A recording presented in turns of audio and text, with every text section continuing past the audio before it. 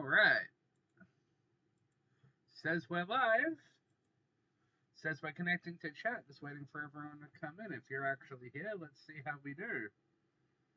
Alright. A new recording has been completed. Alright, that's cool. Stream quality is good. Let's check out the scene. Editor. Show me what to show me, folks. Show me what to show me. Alright, we are getting started. We'll do a full introduction at 4 o'clock. Let's do that. Editor. Studio mode.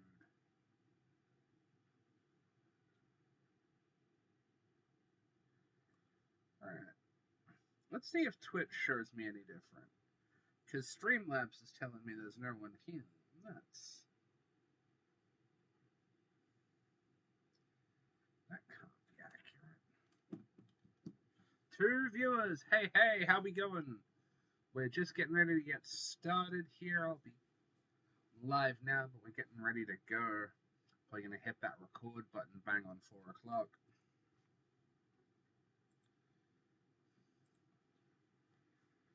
We have a session ahead of us today, and we'll find out more as we get into the game. We are running Jurassic World Chaos Mode. Should be good.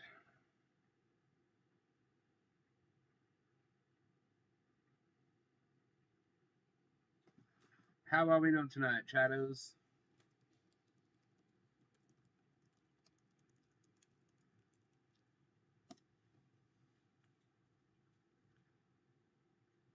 Everything's coming through really well. I think the setup tonight's good. Took a little bit of extra time to set everything up this evening. It's looking a lot better than it has previously.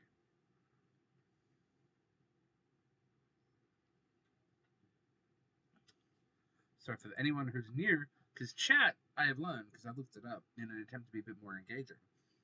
Chat doesn't tell me who's connected, just tell me that there's people who are connected. So if you let me know a little bit about who you are and what you want to talk about, we can talk about it. Unless you don't want to, in which case that's valid. We are going live. It is 4 o'clock. Let's start recording. Let's start the show. Do a quick little ping on the Discord, get people going. Oh.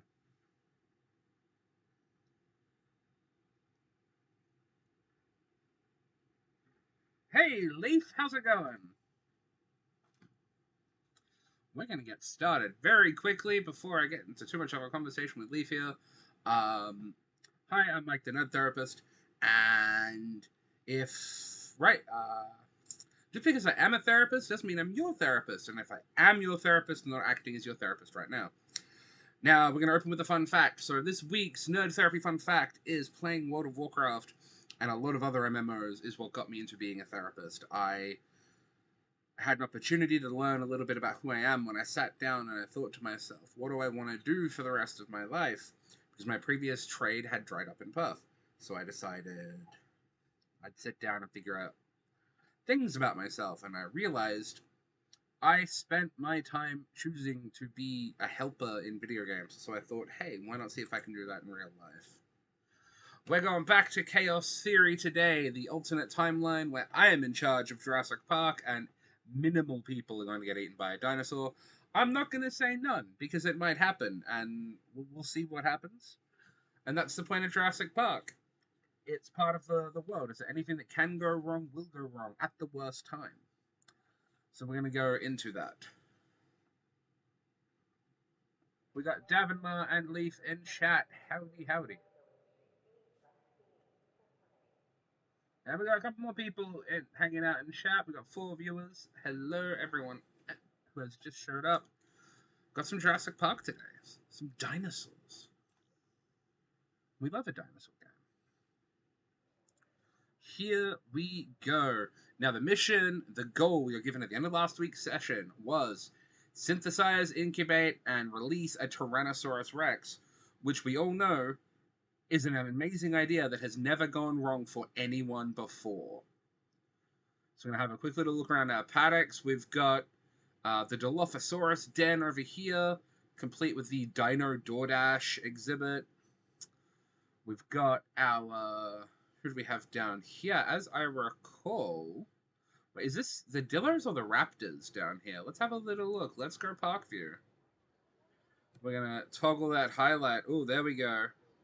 There's some Velociraptors, the 6-foot turkeys that are beloved of the franchise.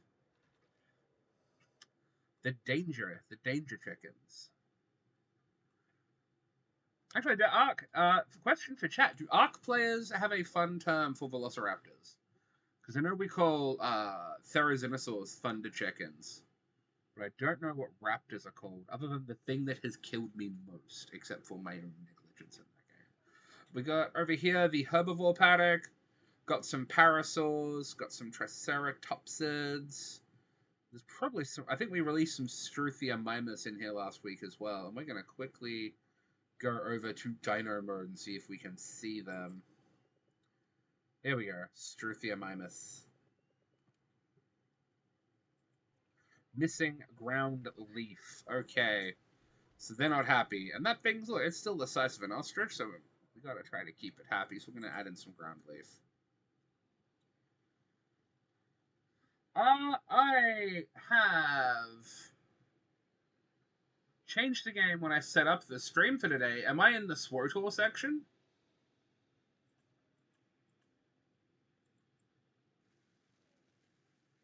Ah, beans. Okay. How do I change the category on that, or am I going to have to quickly restart the whole stream?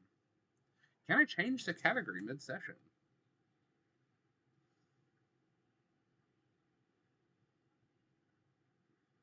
Well, I'm not playing SWTOR today. Today's Monday. Today's Jurassic World Evolution Day. Alright. I'm going to quickly bail over to Twitch and change the category, because right now we're not playing Star Wars The Old Republic. We're playing Jurassic World Evolution. And I am not changing that, because that's not the schedule. And I like the schedules. It's one of those autism things I really lean hard into is I like my schedule. And let's see if we can have a little look. See, I'm new to Twitch, and I'm glad I have the chat here helping me through everything. I don't know what I'd do without them. Edit broadcast options. Here we go. Search for a category. Jurassic World Evolution 2. There we go. Alright, we have changed up on that. Oh, that's handy. Well, I've just changed it manually through just Twitch Direct. Yeah, let's have a little look at everything and see what we need. Just released a bit more ground leaf into the herbivores paddock. See what we can do to make them happy. And then up here, up the top, last time, if I do recall correctly, we released something a little bit different, a little bit dangerous. There we go. There he is. Well, there they are. Majungasaurus. We're going to get a ranger team attached to them ASAP. And I think it's about time we release another ranger team into the wild. Because, hey, you need to take care of these dinosaurs. Not just because it's the right thing to do, but because it's also a responsible thing to do. So we want a response facility, and we're going to pop that down just over here. I'm going to spin that road around. Response facilities are used to, make sure the dinosaurs are happy and treated well, and that's why we're also going to slap down another medical... Oh, wrong buttons. Operations, here we go. Paleo Medical Facility.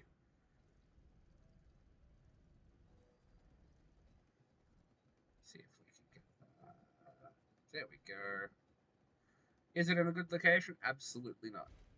But hey, it gives the dinosaurs a little bit of privacy. One thing the game has not given us yet is the monorail, and I haven't figured out if that's because I haven't researched it yet, or if it's because there wasn't a monorail at Jurassic Park. It's a Jurassic World thing. How's the sound coming through? Labrat, Davenmar, my faithful regulars. How's things tracking? Oh, nope, we're just gonna assign this. I don't feel like driving around this yet.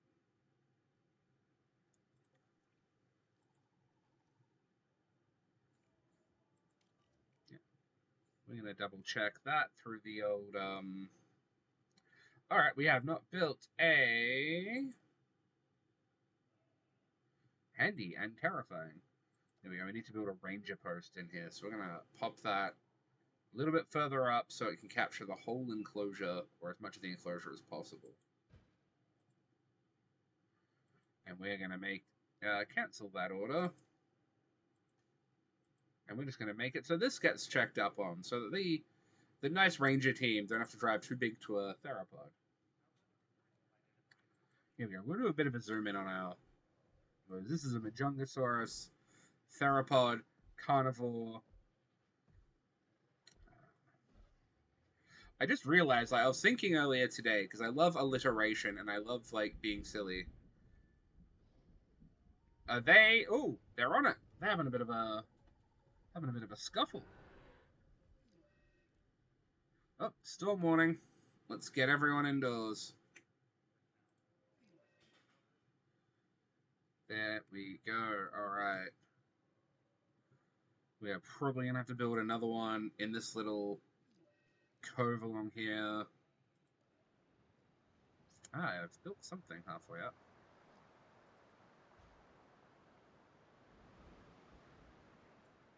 Just sort of a fun.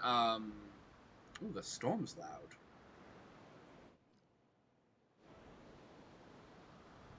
Where's the dinosaur threat? Uh-oh. A Triceratops is not happy. Come on, buddy. You're alright. Breathe it out. You've got this. Oh no, we've got a broken fence.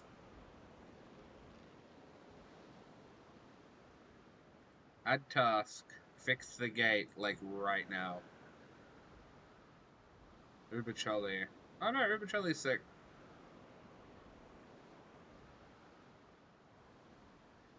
Beans. This is what we talked about. Anything that can go wrong will go wrong. This is Jurassic Park. Oh dear, Struthia Mimus has escaped. Where is my hotkey for capture team? Where are you? Am I sending capture team out during a storm? Yes.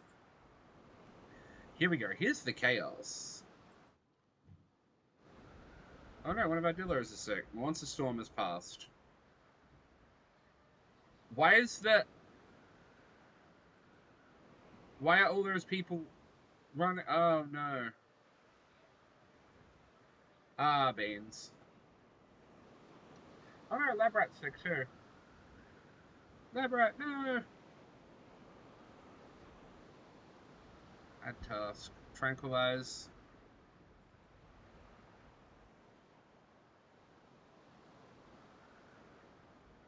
Oh dear, okay, this isn't happening fast enough. Sometimes you just gotta do things yourself. Oh no. Oh, this is going terribly wrong.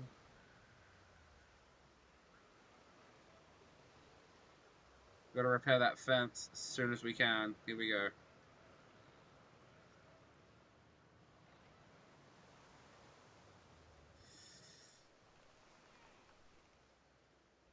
Alright. We gotta get out of this. This is going terribly. Beans. Alright. Oh no. This is awful. Things are going very, very bad here. Alright, I need my other response team to come out and do a bit of damage control.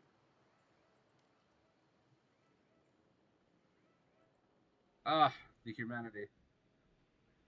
This is terrible. This is fine. It's really not, but it'll have to be, I guess. Was this avoidable? And this is where doing a bit of that reflective practice, we'd have to sit down and have a look and think, hey, is this something that was within our control? And I think it was. All right, there's still... Oh dear, a velociraptor has seemingly escaped. Go get him, please. Like, we do not need... Go get her. Go get her, please. It's not safe.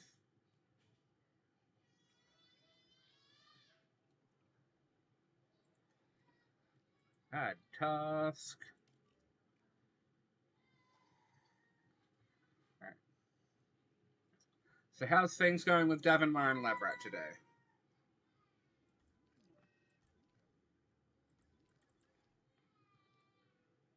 Ah, beans. Oh no!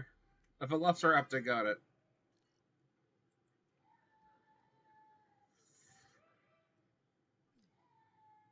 Oh, this is going terrible. Prehistoric bin chicken. Is that a Struthiamimus? Alright, we gotta get you as well. Rascally little critters. I think I tempted fate on this one. I think we said at the start of this session, you know, it's not,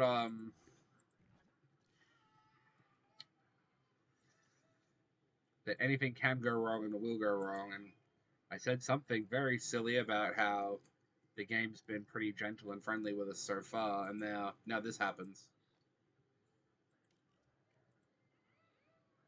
Alright, Velociraptor is, he's going for his other one. Now, how do I, there we go, transport. Get your back to the raptor paddock.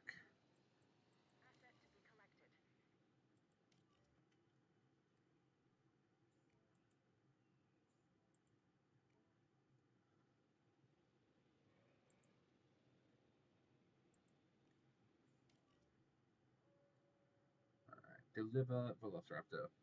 You watched the Super Bowl and it was boring. I can't say I'm a lover of American football. I've played it and I've tried to watch it. It's just not to my taste.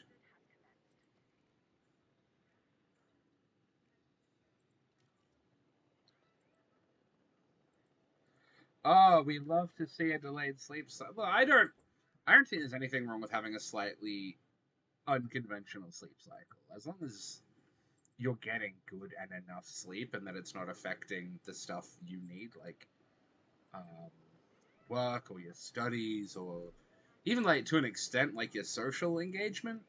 I don't, as long as it's not a problem, it's not a problem. Now we've got a few sick dillers down here, so we're gonna get the ranger teams down to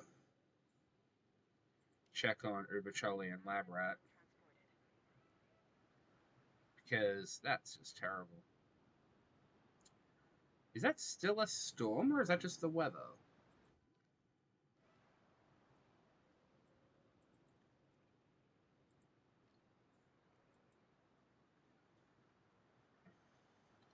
Like I was used to be quite like a very nocturnal. Oh, beans! How do you keep getting out? Oh no! What is the other one? Oh, that one. That's the other one. Okay. All right. As soon as we got that gate cleared off, then we're set.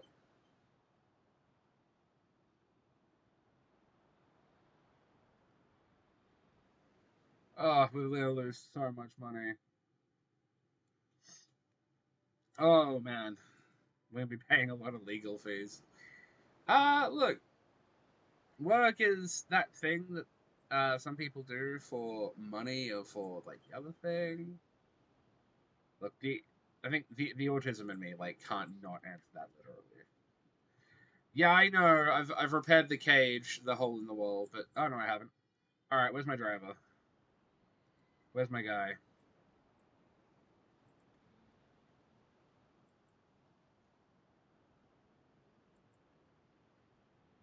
All right, where's the car? Here we go. Direct control. Hey, Julie Borg, how we doing? I mean, look, it's Jurassic Park. It wouldn't be Jurassic Park if something terrible didn't happen at some point.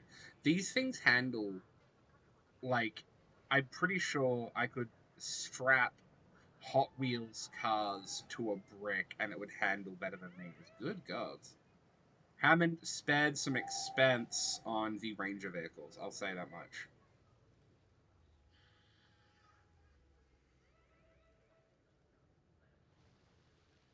Alright, I'm just gonna go in through here and do it the fun way. Could you imagine this job? I wonder what the job application's looking like on this. Alright, there we go. Got the hole. Alright, I am going to, as soon as I've finished off paying for all these unfortunate, like, deaths, yeetings, I'm presumably going to have to fix up all my fences. Alright, who's still a grumpy bum? Alright. Still grumpy, but not a danger to guests anymore. I think we're safe to reopen. Actually, I'm very quickly going to repair my fences. I'm going to upgrade them to the like best fences we have, which is the medium electrified. Especially on these raptors. I will go check on the dillers in a moment. Oh, these are the medium fences. Urbanes. Alright, let's go check on the dillers. Can I push E? No, response facility. There we go. Paleo medical facility. Mobile vet unit. Wouldn't that be a job? That would be us. Wouldn't that just be a job, huh? So what do you do? I'm a vet to dinosaurs. That's just outstanding. It's not letting me give them a task. Or it's not... Oh, here we go. It's just not giving me the hotkey actions for a task. So I'm just gonna go to these guys, go to this gang. We're gonna take direct control, and we're gonna try to treat them ourselves. Ah, poor little officers.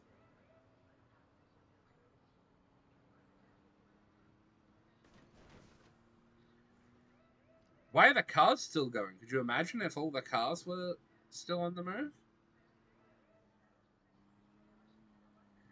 I mean, look, I feel like that'd have to be a psych evaluation before you start. It's like, how big's yourself, how big is your sense of self-preservation? Because we are going to have people here who, ooh, do you want to look after dinosaurs? And how far are you willing to go to make that happen? Because, hey, all right, let's start medicating our gang. Because it's Labrat and Davenmar, and today we're gonna, oh, there we go. Yeet. Oh no, Labrat!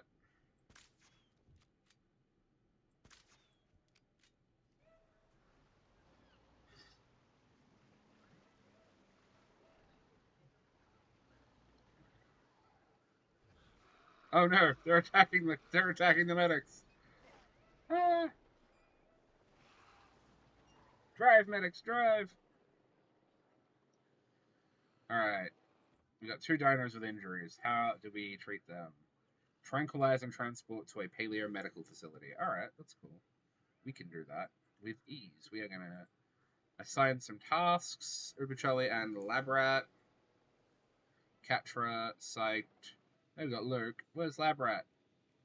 Minty Hippo still asleep. There's Labrat. Escaping into the forest. What dinosaur did Davenmar end up getting? You're here often enough.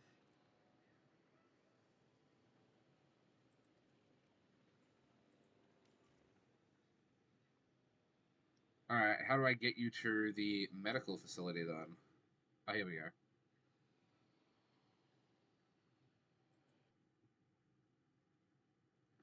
Ah, here we go. We get to treat. This is my first time ever treating a dinosaur's injuries. Cool. We're going to put Barbosa in charge, which is very good. Welfare specialist gets those 2 extra points. The job applicants, yeah, look.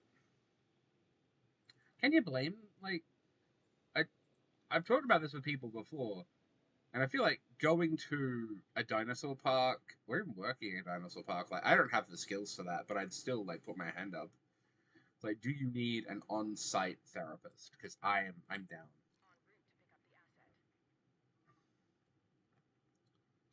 All right. Well, I think our Velociraptors are going to be a bit cranky. They've just been through a lot.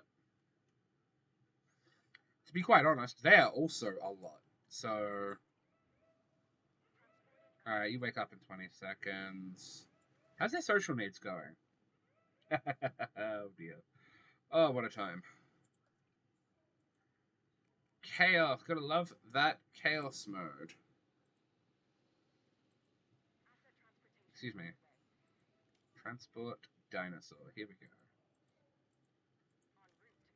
Alright, I'm gonna... As much as bad an idea as it sounds, I'm gonna make up a few more raptors, because it feels like, you know, if they had... We've got a population of 5.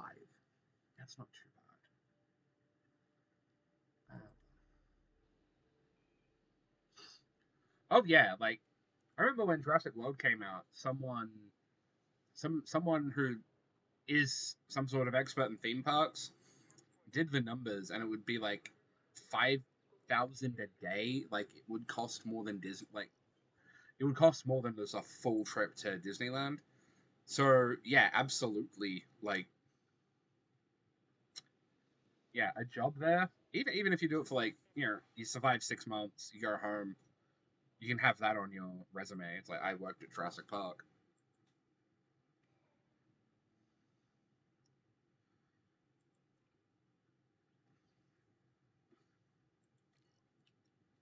Because I know some places, like, for therapists, because that's what I do. Like, I wouldn't be surprised if Jurassic Park had on staff, like a therapist on staff, because it would be a stressful work environment. And if Hammond really doesn't spare any expense, he'll have one or two of me around. I'd do that. I'd be the on staff therapist, as long as he's like, look, I want a decent salary, a regular trip home to get off the island, and I want frequent cuddles with an Ankylosaurus. That's it. That's garnish my wages. I want to cuddle something that I probably shouldn't. All right, now we need to get moving on some money because we have just lost. We're going to be paying legal fees through the nose for this happen, so we're going to get this happening. Let's have a little look around, see if there's something new. Jurassic World, Maiasaura. That's like a quadruped, isn't it?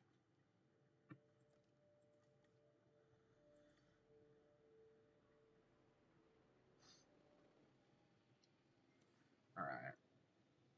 Urbichelli is ready for transport. Yay!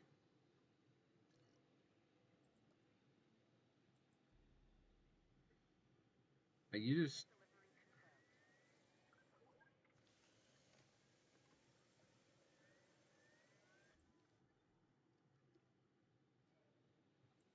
Hmm.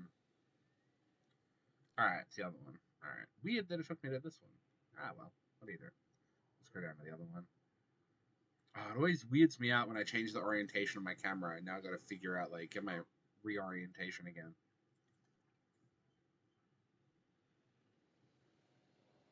Is this my Dillo nest? Yeah, it is. All right. All right, we're looking better. We're getting back on track. There we go. Let's get some money being made. We've got some stuff working. It's looking good. Now, some of the topics I was talking about today, well, some of the topics I said I'd be talking about today, I wanted to be talking specifically about dopamine, which is one of my favorite topics, and dolphin mind. Now, dolphin mind is a really fun ADHD experience where your brain can make connections to things that probably need to get explained so that they make sense to people who don't occupy your same mindset. And so dolphin mind is like explained for how it makes perfect sense, but you need to see how the processing, which is the surf, like under the water, where a dolphin is traveling by diving and going under the water and surfacing and stuff.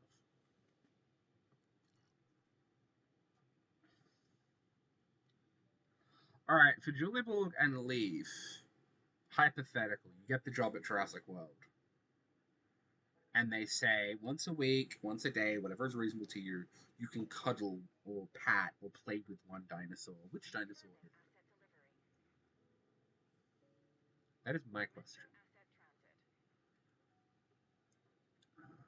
What are we looking for here? We are looking for fossils because we need money. I want to get So responding to Davenmar, who has said multiple people who have the dopamine and serotonin chemical compositions tattooed on them. I kind of want to do that, but I want to do something a little bit different. Um, I want to get like a dragon's head, but it's Pac in the style of Pac-Man, and it's just waka waka waka-ing down, chasing down some dopamine molecules. We're gonna have to do some dinos here. So let's just process as many as we can. Any of the ambers? No, Brachiosaurus and Apatosaurus. Cool. Let's assign some scientists. The Supersaurus. Is that a titanosaur, a sauropod, like a long neck?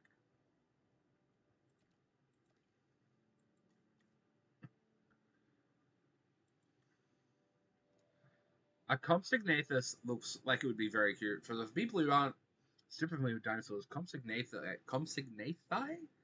Nathuses? Compies. They're called compies in the movie. Compies are like those little like chicken-sized ones that are like have a have a surprising body count in the second movie. As someone who like grew up with Land Before Time, I still like revert to just referring to a dinosaur by some of their defining features. Like, it's still a long neck, a spiked tail, a three horn, a sharp tooth, a chompy boy.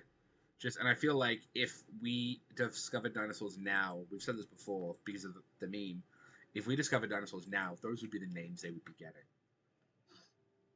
Just a big heckin' chonkosaurus.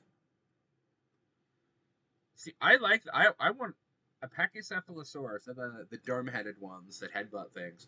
I would love to just like see one of them play because I feel like the sheer mayhem of one of them just like running around would be great.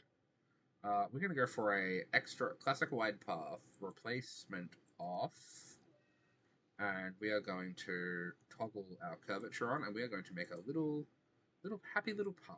We're gonna get our Bob Ross on, and we're gonna make a happy little path around the DoorDash experience. We're just gonna make a little path for people to walk through. We want to make the park a little more accessible. I love anything that makes things accessible for people. So give us the gyrospheres, but just for driving around. Like that'd be fun. Let's go for dinosaurs. Let's see what takes us to research near. All right, we need the staff to be a bit more available. We can go for the bigger carnivores. That looks like a Suchomimus. Hey, I just heard a jingling sound. I don't know what that means, but oh, Jillyborg's followed. Cool. I'm still learning what all these noises mean, but I just got a dopamine rush. Wait, Devin, are you telling me Dracorex isn't a real dinosaur? It's got like an objectively cool name. It's a Dracorex.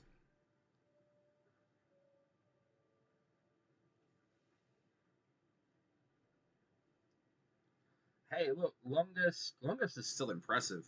What is the biggest dinosaur? Is it like the Suchomimus? No, the Suchomimus. Like if it was like, is there a Titanosaurus? Is there just a big, like, just big heckin' boy? All right, so that frees up the name. That honestly frees up the name. Uh, why would why would you name a dinosaur after like Draco Malfoy? Really? That's such a look. People can name dinosaurs after whatever they want to name dinosaurs after. I'm not here gatekeeping dinosaur naming conventions. I'm just surprised it was Draco Malfoy of all characters.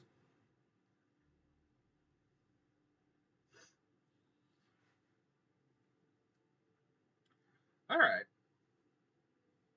So Brachiosaurus is the tallest, and Diplodocus is the longest. I follow some paleontologists on Twitter who I feel like really should be here for this. Paralititan. That That sounds like some sort of honestly sounds like some sort of like entity in like Dungeons and Dragons. Like a Tarrasque, but it's friendly. I think Paralititan's actually in the dinosaur D&D book, which I have. I'm gonna get this task sorted out, and then I'm gonna go quickly get that book out. So I want to see if Paralititan is there.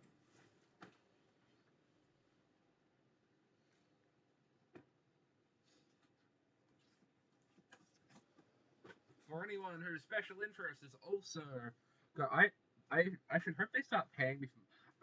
Ducky was a Hadrosaurus. I think Hadrosaurus is the family name, but a duckbill. It's the same family as a um, Parasaurolophus.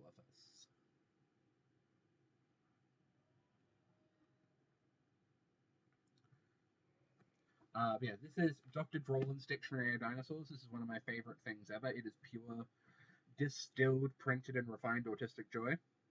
This is a book of paleontologically accurate dinosaurs for D&D. It is so very, very good.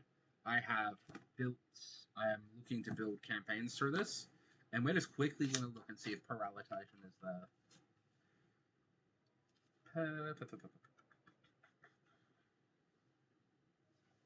Paralititan, page 70.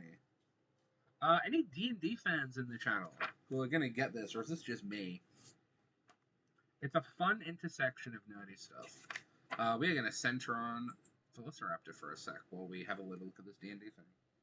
Carcharodontosaurus, Paralititan, CR10, immune to being frightened or knocked prone, advantage on strength saving throws, and any saving throw to resist paralysis or poison.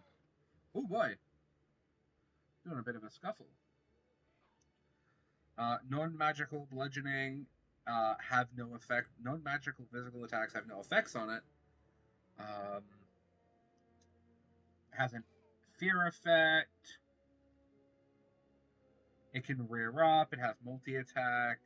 4d8 plus 10, and it can do it twice. It has a 10d10. Oh no. And anything that is attacked by it has to roll a strength saving throw and knocked prone. That is gnarly. All right, let's get the scientists onto some stuff because we have a goal today. Is it a good idea? Probably not. Are we gonna get it? Are we gonna get a? We're gonna get a Tyrannosaurus today. We are going to definitely try. Now I need to lift the gang's science stats up a little bit, so let's go to the staff center. Actually, let's research my infrastructure. I think it's this. Yeah, here it is. And we're going to quickly research extra scientist upgrades because we need to be able to upgrade our scientists because I want T-Rex today. And then we're going to send out some more expeditions. So Spinosaurus is longer, T-Rex is bigger. In the animal kingdom, how much of a role does like application weigh? Because like, I don't know. In terms of, one may be bigger, but one may be like actively more aggressive or better at fighting. We're going to get some Apatosaurus happening, and we're going to cap out that genome, and then we're going to log on to a Maiasaura. Remembering, of course, that the dinosaurs in Jurassic Park theme show, they're monsters made for a theme park. They're theme park monsters, which is kind of... I liked that was in Jurassic World. Yeah. I thought it was an interesting way of approaching that topic.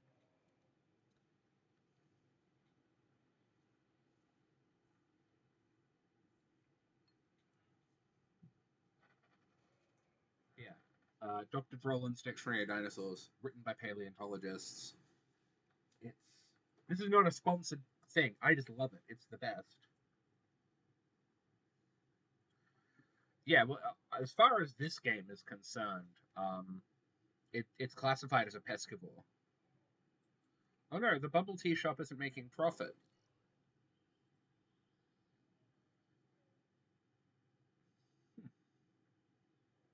None of these shops are really making a profit, though. I mean,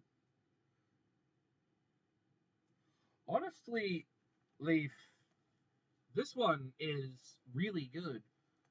Weirdly enough, like it's for D&D, but it has like um, comments on like geology and botany and paleobotany and climate. Like I've learned so much just reading that. I don't have a good dinosaur book recommendation for you though. All right, starting to get some money back in again. The park's happening. We are paying upkeep. We're making profit. We're not paying any more legal fees, which is nice.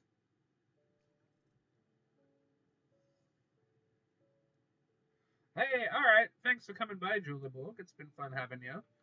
What are you doing for Jurassic World Evolution 2? Are you doing Chaos Mode or Sandbox?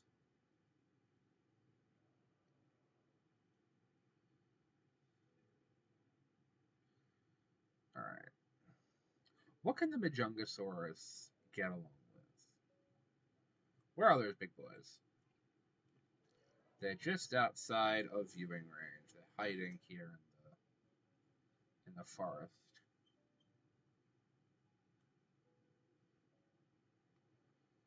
Let's go full dinosaur view.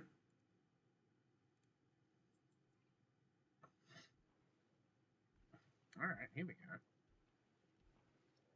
Here we go. What do you get along with here, matey potato? Dislikes other carnivores and Therizinosaurus. Likes Carnotaurus. I I don't know. Oh, that's cool. Yeah, it's one of the things we started off this channel with was like discussing, hey, where do we go with this? What do we do with it? So figuring out like what comes after Jurassic Park is going to be a fun one. Uh, get a rest. Do we need a restroom down here? No. All right, we've got our extra scientist upgrades ready. So we're just going to run down to the staff center and start putting those on. But yeah, Dolphin Mind. Back to Dolphin Mind because I'm trying to stay on like reasonably on topic today. Dolphin Mind is just the experience of making connections to things that may not be completely visible to other people. But they make sense once you unpack them. The only examples I really have of this from like fiction and popular media aren't super family friendly.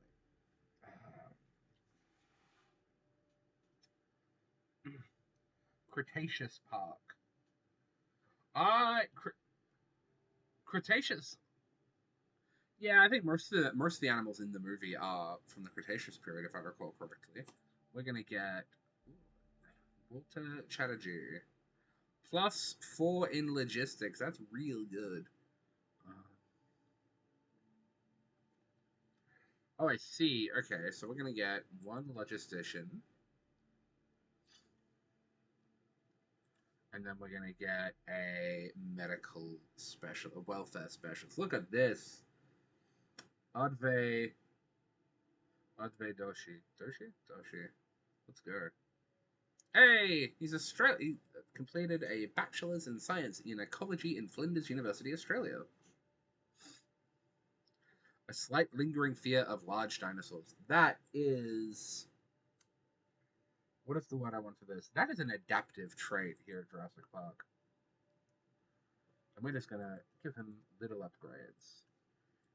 And look, investing in your staff is the best thing to do. It's reasonable. It's realistic. You keep good staff. See, I haven't read the Jurassic Park book. I read The Lost World, which is the sequel. Um, I haven't read Jurassic Park. Did I seriously not upgrade science? Beans. All right, we gotta go give our staff some promotions. Yeah, there are books. They predate the movies. They were originally books. Um, They were. What is the word I want to use here? They were a bit. They're thrillers. They're like actively like horror movies. I believe they were. What's the word I want to use here? But they were cautionary tales as well. And Hammond in the books is evil. They're much darker. They go into like conspiracies and. See, I haven't read them since I was like a teenager. I really should read The Lost World again, but it was really about like unchecked, unchecked capitalism and just to use the phrase that to use the phrase that Ian Malcolm does. You know, they've used it with all the care of a kid playing with his dad's gun, and I think that's really more apparent in the book where you kind of see Hammond. Hammond is shown more explicitly for what he is. And what he is he's a showman who doesn't always consider like the ethics of what he's doing. Yeah, they're written by Michael Crichton, which is yes, Michael Crichton, pronounced like Crichton. For people who are going to go look this up, they are yeah, they're definitely like, they're not for kids, but neither is Jurassic Park really. It's one of those phenomena I call like it's not for kids, but kids love it. It's kind of like stuff like Five Nights at Freddy's and other things that were clearly not for kids, but kids are really latched on. We're going to add a new enclosure over here to give the nice people along here something to do. So I'm going to go over to enclosures. Oh, we do not have the most amount of room in the world. This should still be... Oh, okay. This might be fine.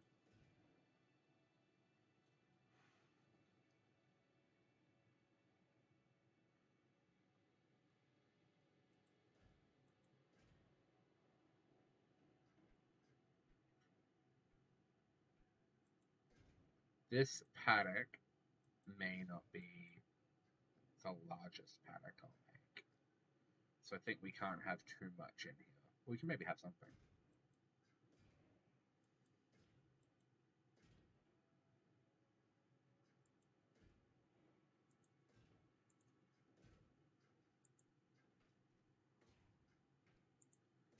All right, chat. We're gonna add in a new exhibit, a new feature to the park, and I'm gonna get you all to pick what goes in it. So we've got a reasonably sized paddock here. That'll do. I'm gonna add the little path in.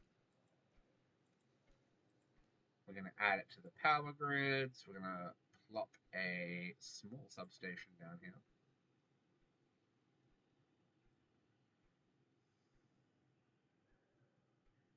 Wrong rotate button.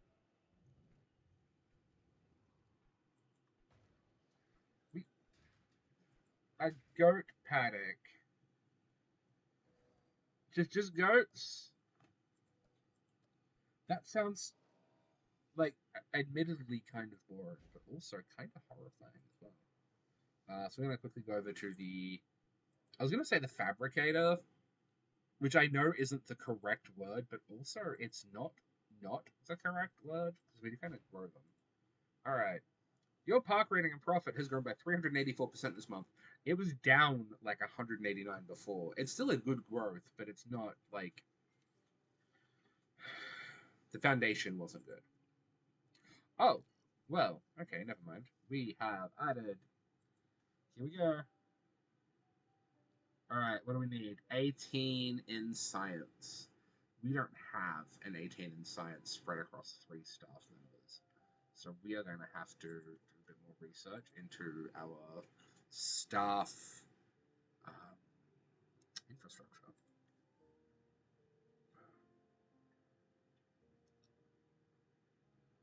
Staff center tasker. So we are going to upgrade this because there is a upgrade that will let us have more people in the 1 gig, which will be handy. All right, so we're just going to quickly research that. I'm going to go send the. We're going to try to process as many fossils as we can. Only requiring a 3 in science, so let's go. And then we're going to put the rest on mandatory vacation.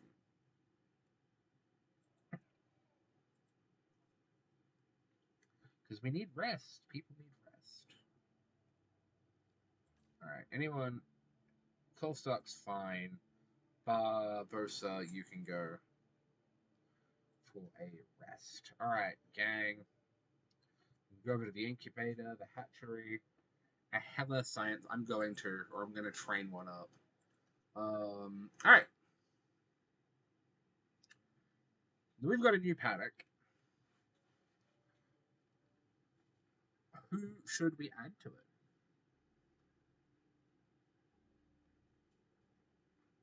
Should it be carnivore or herbivore? Should we make it for an Apatosaurus and some small guys? Because a Dryosaurus looks kind of small.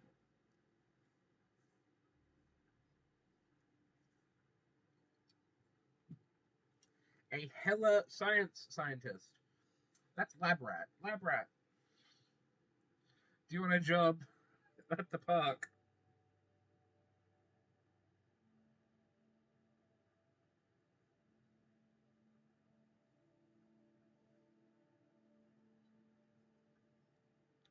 Triceratops would be cool. We have some Triceratopses already. They're over in our herbivore section, and I will go zoom in on them for you. Dryosaurus and Pachy. Yeah, I think some Pachycephalosaurs. Here we go. This is our Triceratops. Look at that. Like, I would kind of want to cuddle this. I would be very happy to give this guy a cuddle. Give this gal a cuddle.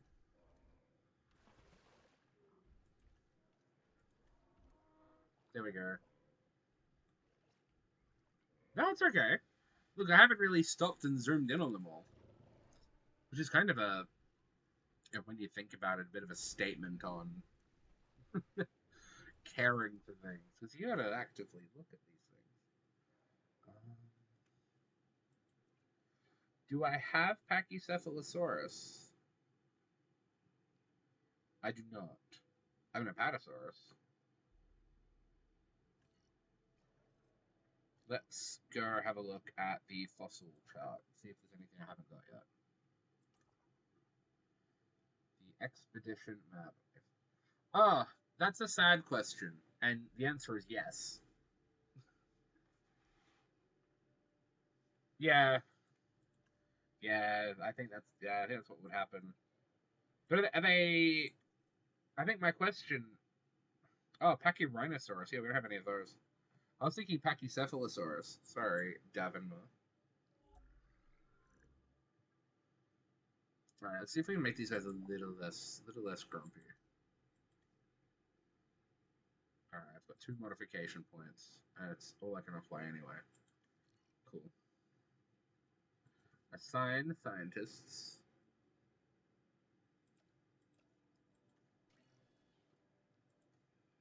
Alright, we're quickly going to go do a bit more research into... actually, I'm going to send out another expedition for some more Pachyrhinosaurus fossils. If the game will let me, Struthiomimus.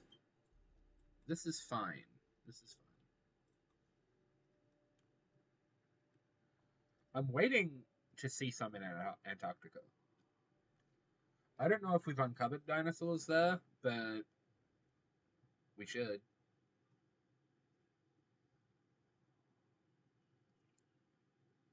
Response Facility 2. Let's add a team. Come and check this out every so often. We'll add another gate up this end.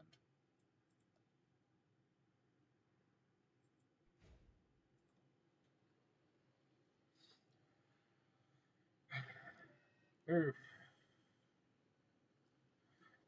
I don't know. Leaf, maybe? I feel like the answer is as soon as the novelty wore off. I think that's my theory. Is once the novelty wore off, people will probably stop. Because people, we can very easily get over novelty, and that's kind of sad. That kind of sad.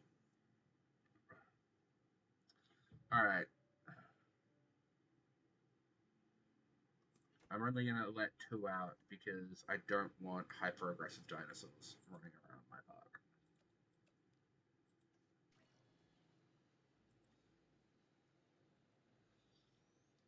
The only dinosaurs that lived in Antarctica are the ones in Australia.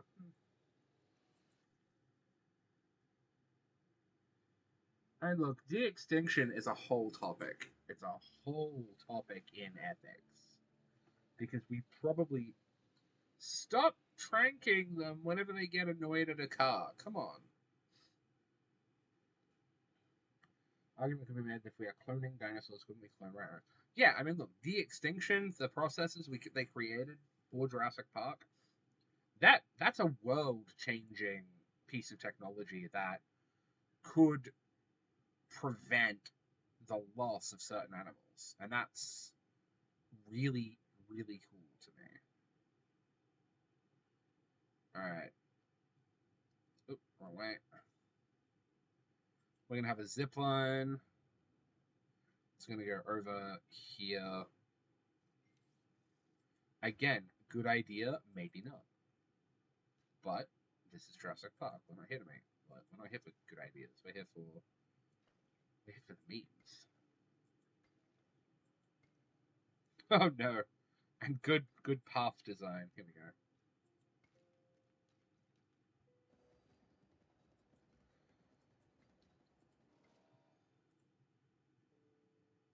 So once they're both done, we'll be able to climb over, have a little ride over. It should be all good.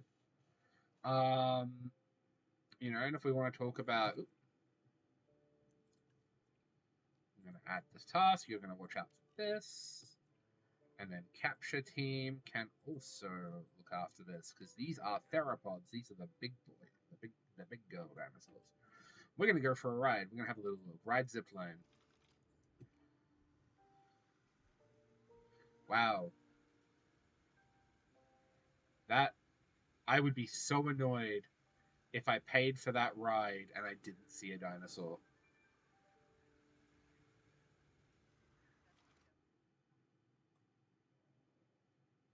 That would be incredibly frustrating. So we are going to, in the name of profit and the name of like good park experience, how much forest do they need? Here we go. Clicking too fast. Forest. They don't need this much forest, so we're gonna deforest some of this area.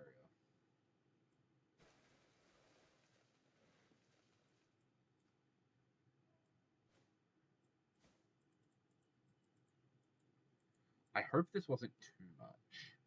We'll find out. We will find out. Forest. It wasn't too much. There we go. Still happy. And we could possibly add in a couple more as well. So we might sling a couple more into the paddock. They lived in Madagascar. There are a few dinosaurs found in Antarctica. The Antarctopelta and the Imperobata. A raptor with no claw.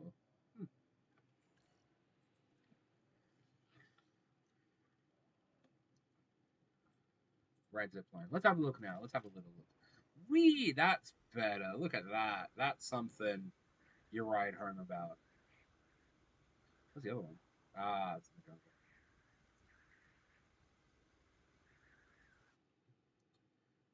For people who want to be dangled like a fishing line over some big heckin' scaly boys.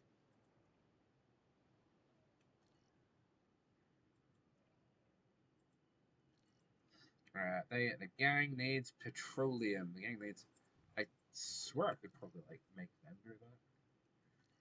So a Imperobata did not have the raptor claw, the sickle claw. All right. Admittedly, the sickle claw is kind of what makes them so like scary.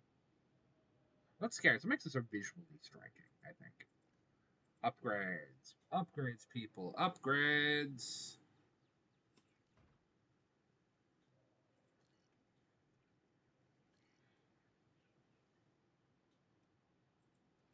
Staff Center 2. Okay. I want that. So we're gonna just going to increase our specialist traits. We can go do some more research. Surprising lack of dinosaurs in this dinosaur park building game. To be honest, I am speedrunning. Well, not speedrunning. I am doing zoomies because I am really trying to get through to having the T-Rex today. The T-Rex today was my goal for the day, is getting the Tyrannosaurus happening. Hopefully release it at the end of the session at a dramatically appropriate moment. We're going to upgrade some of the paths. Look at that, just this one path that I must have missed. Plop. Much better. There we go. And the other kind of thing I wanted to talk about today again was dopamine. Dopamine is... it's a brain chemical. It does some cool stuff. And the dopamine dysregulation is really the main thing of ADHD. It isn't that we... there's a what is the word I want to use here? There's a deficiency of it. There's also like difficulty with maintaining it. It's irregular and inconsistent, which is the harder part. So when you've got ADHD, part of like living with it and managing it is knowing what dopamine is and how you get the most out of it. We are going to have a little look around. Suchomimus, Compsognathus, Metracanthosaurus, Velociraptor, Parasaurolophus. God, it's the last word sometimes. We're gonna send the gang out. Have a little look. We're gonna collect some Styracosaurus. I think that's a Stegosaurid. You know, the formation on its back and the plate formation on its back and a clubbed tail, a spiky tail. Sorry, but it might not be the case. How's everyone in chat doing today? Anyway, there's 8 of you. Who's lurking? Who's watching? Let's see what the vibe is. We are going to research a little bit more here. We're going to get some more herbivores happening. Other staff are busy. Maybe we're not getting some more herbivores happening. Small herbivores. Gives access to Gallimimus. Oh, it's another Triceratopsid. I've already got 2. Armored herbivores. Here we go. Alright, so we got... let's go get the Stegosaurids, because I do like them. And then the next round of research, we can go for an Ankylosaurid. Oh, that's a Euoplocephalus.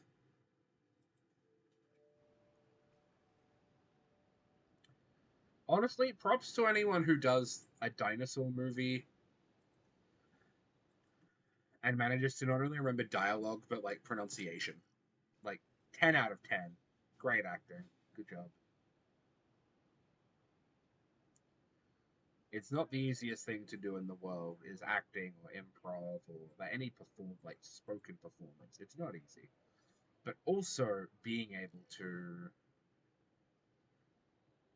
become, like, having to say dinosaur words. Let's go on tour.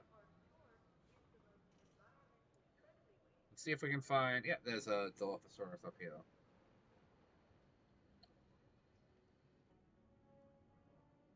Hey, friends.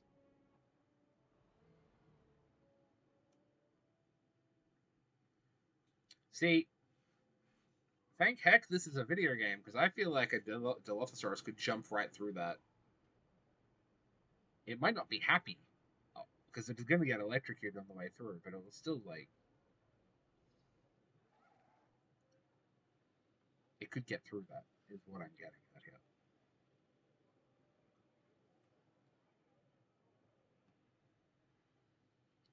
Sped, no expense. Can people cross this, I wonder? I don't think so. Stegosaurids are completed. Nice. We're going to get some Stegosaurs and put it up in the big paddock. There we go. Alright, let's go as many Maiasaura as we can get. Assign a scientist. And he's going to have a break before he has a tantrum and lets open the Raptor Paddock. Which I don't know if that's a thing they do, because we don't let our staff burn out here at Jurassic Park. We just work them to the breaking point. Let's send a few more people on breaks. Oh, hey there. Oh, no worries. Thanks for that, Matt. We'll want to chat to you about your Battletech game, though, when you get a chance.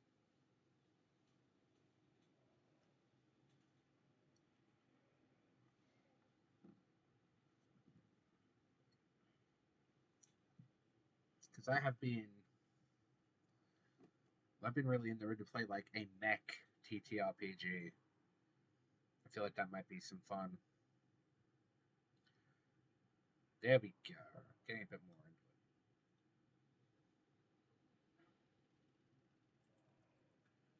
See what upgrades I can give to this place. One upgrade unlocked. Extra scientist. Nice. Oh, let's see if we can do this to the fossil center. Excellent. Extra scientist. You love to see it. We might be able to go for the T-Rex today.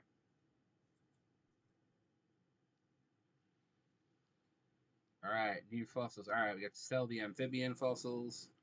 Got enough to... We'll get a Styraco today. I'm going to send the others... I'm going to vibe check the others and see if they need a break yet. Oh, nice. More research. Nice. Everyone can have a nap. Well, you don't... I'll say this. You shouldn't be at breaking point to get a nap, and you don't have to earn a nap. I was going to say, like, but this is a video game and they're not real people. But also, it's just, hey, you don't need to earn a nap. If you are tired, you are tired, so take a nap. And look, as I said before, I am a therapist, but I'm not your therapist. But if, yeah, that's my advice. Believe in your self-worth. If you need a nap, if it's safe to do so, have a nap.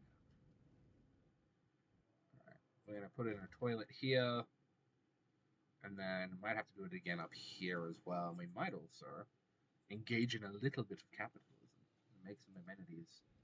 Look at that. No real interest. Oh, there's some interest. We might just chuck it on there. Not a lot. Oh! Oh my, yes, that's a lot of guests. Let's configure what it is. Cheap burgers. I like a burger. Gourmet steaks. This is near a thing. There should be adventurous people here. I want to make the donut crowd happy. Ice cream parlor, gotta love it. And then the fountain and aquarium. One more upgrade just to bring the folks over to the happy side of things. We are looking for green and orange. There is not one at the same time. That's fine. Add in a little fountain. And then the ice cream machine. There we go. Satisfaction.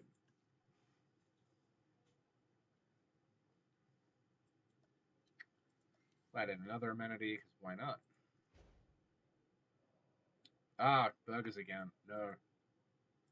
Whoopsie. We're going to change to drinking. I'll change to a drink.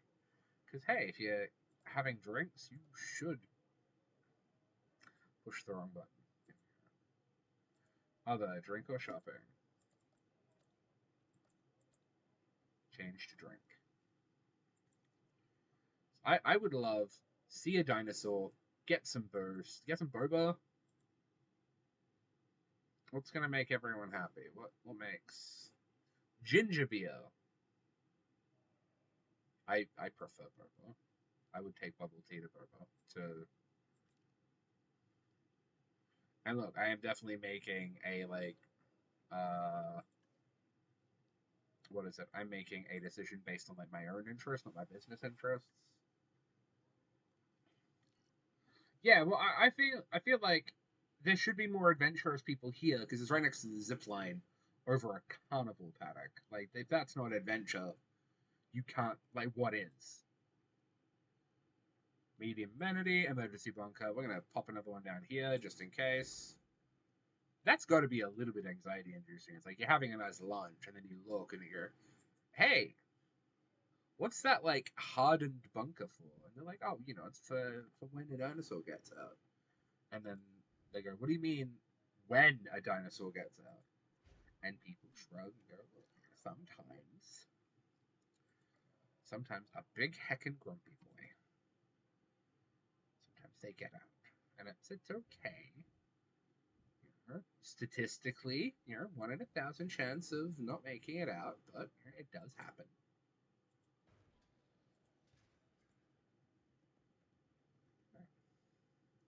Yeah, I feel like you could definitely build like this is the adventure area.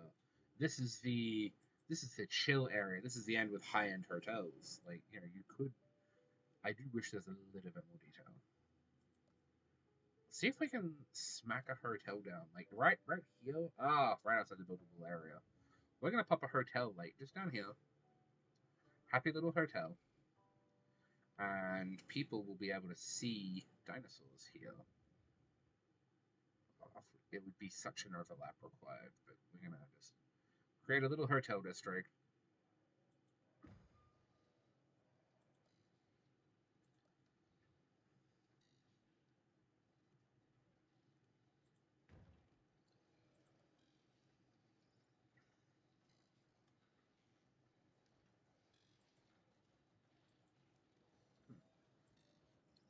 Not giving me the prompt for building a path.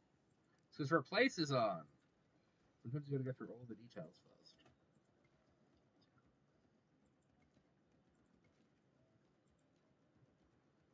Yeah.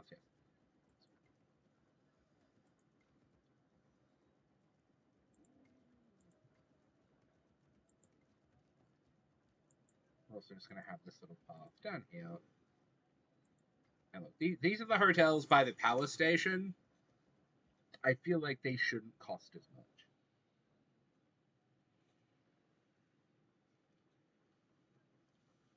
Yeah. The Unfortunately, like the D in ADHD, both of them, as attention deficit hyperactivity disorder. My favorite one, my favorite explanation of like what ADHD really is from the TikToker Connor DeWolf, who mentions that it should actually be Dave. Dopamine, attention, variability. Um, I can't remember the E. It goes into hyperfocus. I'm gonna quickly look it up on my phone. That's gonna get me. Connor DeWolf. There's a lot of like ADHD videos. On living life with ADHD and stuff. Here we go. A better version. Here we go. Dave acronym dopamine. Here we go. Dopamine, attention variability, executive dysfunction, and that makes way more sense. Instead of just the traditional mental health, the traditional DSM thing of list of things that annoys neurotypicals, like give us a name for a disorder that actually describes. It's not even a disorder; it's an experience. It's an experience of like being a person in this world. Small hotel, restaurant. Here we go. What do we need? And yeah, the experience of living with ADHD is not as negative as like something like the way some people put it, and the way like it's explained by some people makes it sound a lot worse than it is, and it's not that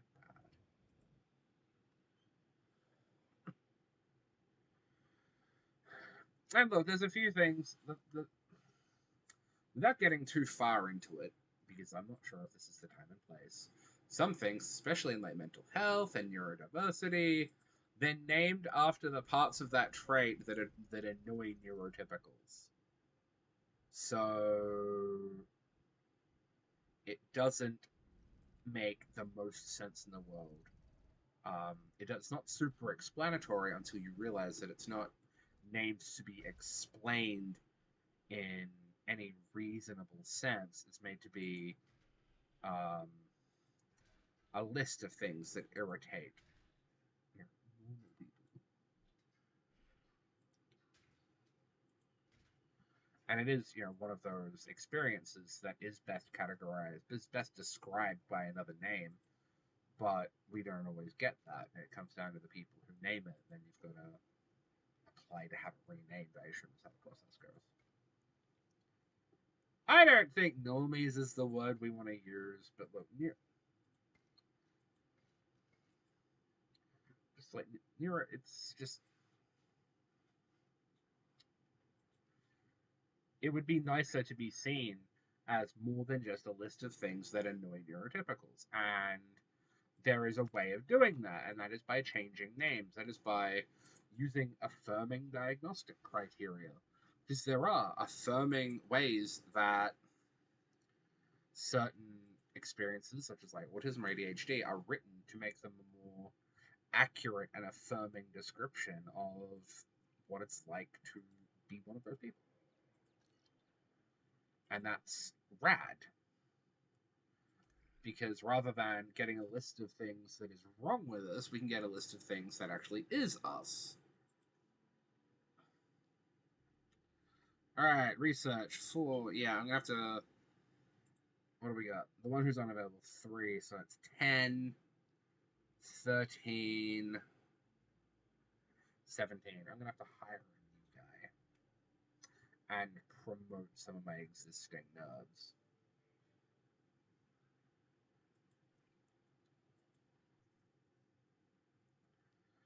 Alright, let's train up our existing nerds. But we also have to be careful not to train them too deep down to meet our current needs. I'm going to be training the ones that are research specialists are more into research because it's kind of what they do.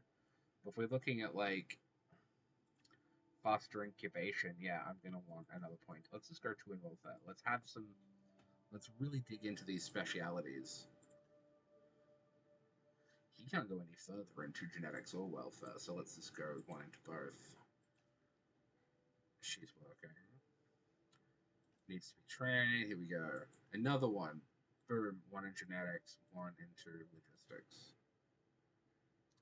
Yes, Moon Knight is one of the best DID depictions in media. And that says a lot about like DID depictions when Moon Knight's the best one. I'm not saying I enjoyed Moon Knight as a show. I do just wish there were more depictions of DID that didn't relate them back to being violent, didn't relate people who experience DID, my systems, my plural powers. They didn't just relate them back to being violent.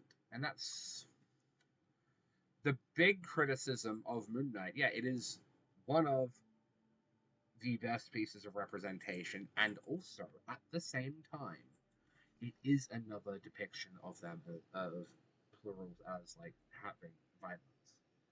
But also through the lens of being a superhero. There aren't a lot of great depictions with mental health. I was talking about this with a dentist earlier, weirdly enough, about how our fields are not seen too charitably through the lens of media. Yeah, no, look, if like in the '90s, every other crime show just really honed in on a bunch of mental health issues that weren't actually used properly either. Like some of them didn't even use the right name. Um, and they just said, "Yeah, this is why the killer's a killer." They put the DSM on a dartboard and just threw it out. It's like, "Oh yeah, it's because they're this," and it's like, no, come on.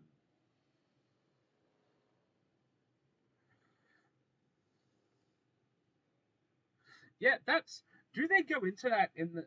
Yeah, I'm sorry to hear that.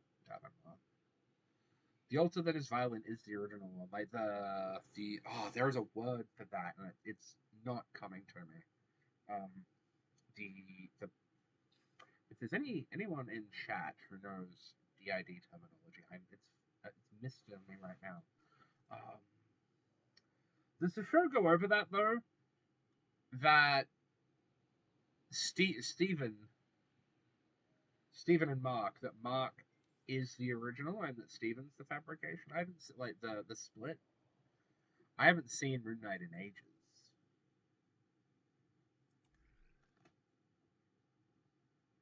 I haven't seen it since it was like current. For anyone unfamiliar, Moon Knight is a Marvel show featuring one of their fan favorite superheroes, Moon Knight. Moon Knight is a how to explain Moon Knight? Moon Knight gets his powers from the Egyptian god of vengeance, and he is commonly referred to as Marvel's answer to Batman. He has a similar aesthetic. He's got a cowl and a cape, but he's got like white wrappings to evoke like a mummy aesthetic. Um, but he as a character is known for being a plural, a system, someone with DID, and he is considered one of the best depictions. Came out in 2022.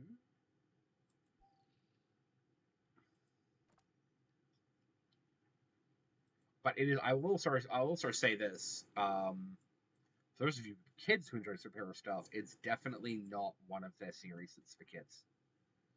It's a bit bloodier, a bit more violent, and just does have moments where it gets a little bit rough. Very very quick. I think some of the action scenes, they're not that explicit, but they're very like visually inspired by John Wick.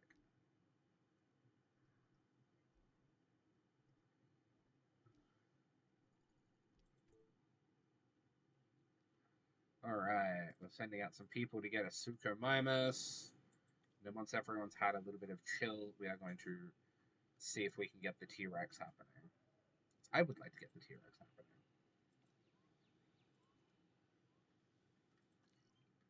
Synthesis completed. All right. I am not up to date with Marvel. I haven't watched any for a while. Um, nice. We're gonna have a little herd of 4.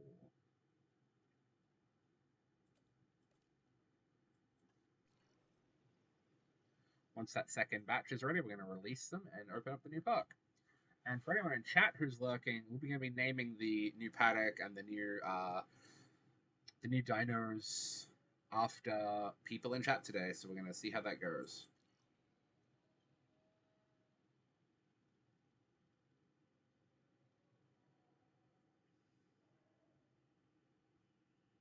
I scrolled down here for a reason, and I kind of yes, I'm giving upset fee. I'm giving one of our overworked staff members a break.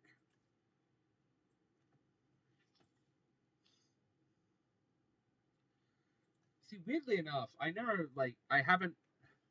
I think I'm experiencing superhero burnout and also just the Marvel recipe burnout. I do like superhero stuff. I just like it when the storytelling's stronger. And I have been getting a lot of like weirdly enough, I've been getting a lot of TikToks for the DC animated movies. So I'm gonna be looking at them as though my to watch backlog isn't already ridiculous.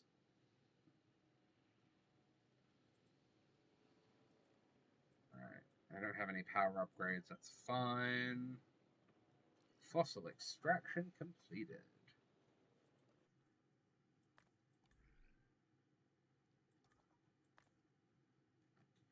Let's get some fossils out.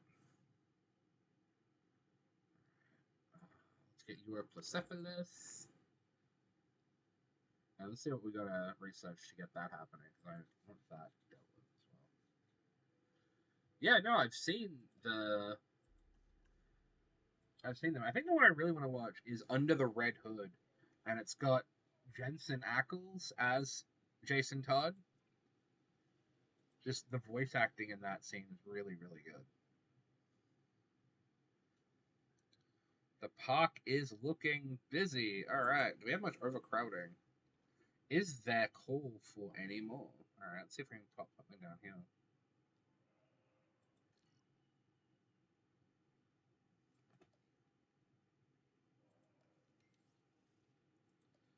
Look, I'll say this: there's nothing particularly wrong with making money. It is when you do so unethically that that's a problem, or if that becomes your focus.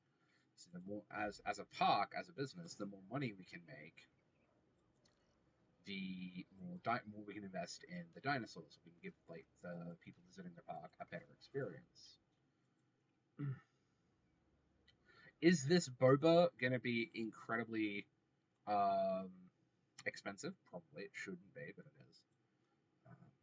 But also, hey, I'm gonna try to give people. Actually, there's a lot of boba in this park. Let's go for I do like kefir.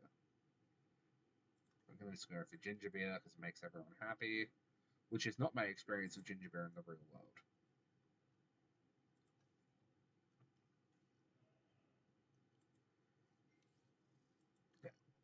What Bender? What I can't remember his Joe. Really? I can't remember his name now. But he's got the same name as that famous baseball player, and he's the Joker. I can't imagine it. I'm sure it worked because I'm not an executive at DC. I don't know what I'm talking about here, but also I just don't see it working. You know, if you said cast someone as the Joker for me, I would not go for like Bender. John DiMaggio.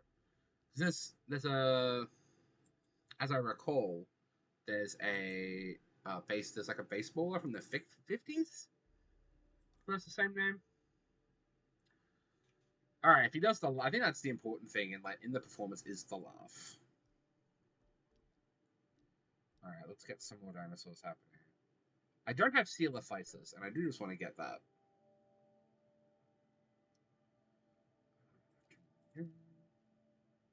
Oh wait, Ianga has faster expeditions, so why not? I do want to get just as an aside while we're waiting for a lot of stuff here. I do want to get my dinosaur D&D campaign up and running though, because I'm got a few campaigns opening this week, and it's not one of them. So I'd like to take some time to figure out what a dinosaur themed D&D campaign looks like, and I think I'm kind of really torn in two directions. In one of those directions is a campaign that is like Jurassic Park, but a necromancer, or alternatively, um, you get blasted. The players get blasted back in time by time magic gone wrong.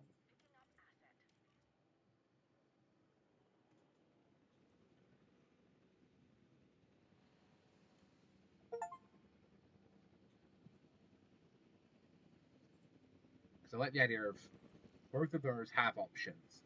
I think time magic gone wrong gives you a more wild world to play with, but then also having it be based around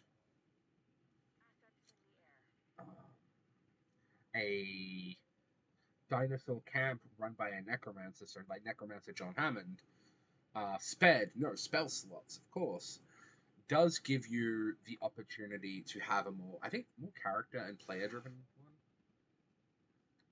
So I like just back onto the DC topic, and we're going back and forth. That's fine. Um, I like it when people try a different take on a character. Didn't I didn't hate the Jared Leto Joker. I saw what they were trying to do, and I liked that they were trying something new because I think a lot of people have just tried to replicate what Heath Ledger did with the Joker. That is my DC hot take. I didn't dislike the Jared Leto Joker. I think it had it was a try at something new, and it didn't do great, but I liked what they were trying to do, like that more like modern gangster style, but the Marilyn Manson style um, Joker wasn't terrible. Time magic gone wrong. Yeah, it's not wrong. It's like the idea of a. Oh, he's lovely. Sorry. It's like the idea of a ground fiber and forest. Cool. All right. We're gonna line the back with forest, and then a bit more ground fiber closer to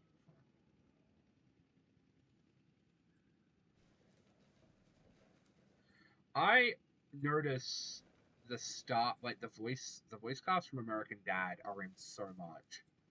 I'm not at all surprised to find this out.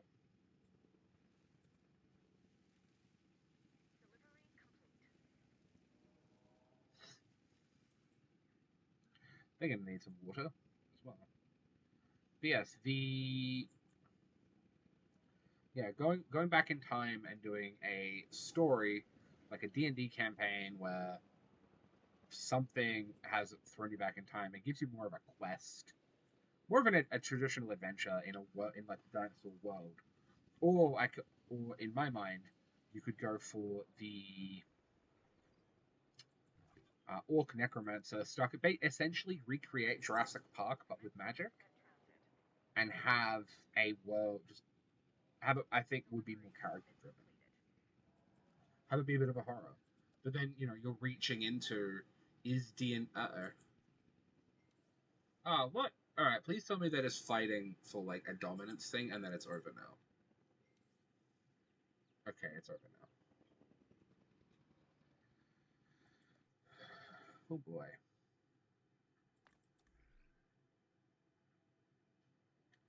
Because I feel like there is a point. I have that in one of my isekai games. The players don't want to go home. The characters don't want to go home, which I think is one of the. It's not a weakness of isekai as a genre, but it's also just hey, this is a thing that could happen. And when I know, like I've talked about running an isekai game with some people before, it's like hey, what happens when the players don't want to go home? What happens when the characters want to stay in the world? What happens when the fantasy world is better than the fake world, than the world they're going home to? We are on track to have the T Rex today, so we're going to create an enclosure. We're going to need. Well, I think I've just added a bunch of research into. A bunch of my researchers are now researching the T Rex. We're going to need the biggest gates. This game is going to throw a curveball like nothing else we've ever seen at me on this one, and I feel like they are coming straight for us. On they're gonna have the chaos hit the fan as soon as the T Rex is down.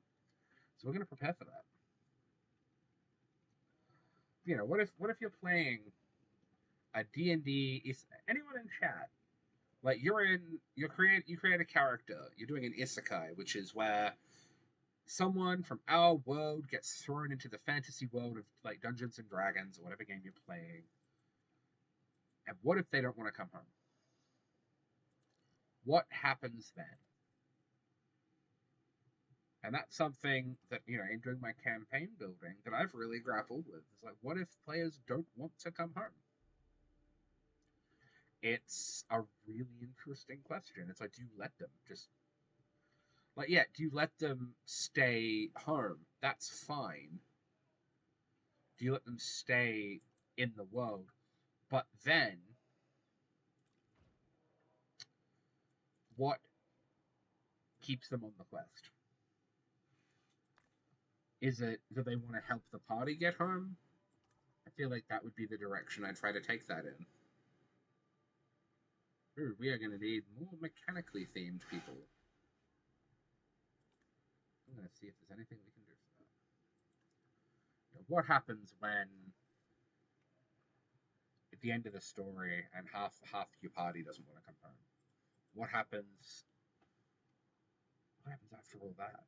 I like the story after the story, and I'm a big fan of chasing down the story. I would love to do a game, a setting based after the isekai story, um, after Narnia. the kids, they've gone to the fantasy world, they've saved the kingdom, they've beaten the darkness. Cool, what happens then? What is the next step of like the story of their lives? Because quite honestly, I don't know. I feel like there'd be a difference. It would be different for them. Yeah, a sad goodbye scene.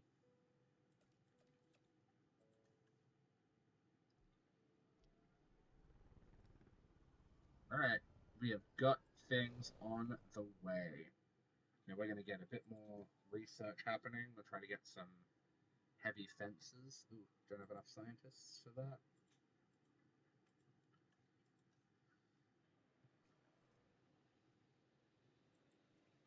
Yeah, you could do a sad goodbye scene, but like after the campaign, once the campaign's over and the story's over, the adventure is finished. What happens to the world after that? Like, I'm a big fan of world building and storytelling. So what happens? Like in Narnia, as an example, it's kind of shown that things don't go well for Narnia if the kids aren't around. So you need to create like a situation for them to remain in the world in, or you create a setting where they don't leave, where some of them don't want to leave. I could imagine. I would love that if you have so for people who aren't staying by chat, Davin Morris has said depending on the party, you could give them an ultimatum: either you all stay or you all go, or and then you have them talk it out. We have them fight it out. And I feel like I'm not a huge fan of player characters fighting each other in D&D. I don't. It's not the system that does that super well. But hey, if it's gonna happen, it's gonna happen. I just don't think it's the right balanced game for it. That's where I prefer, as an example, like Vampire the Masquerade, which does that quite well.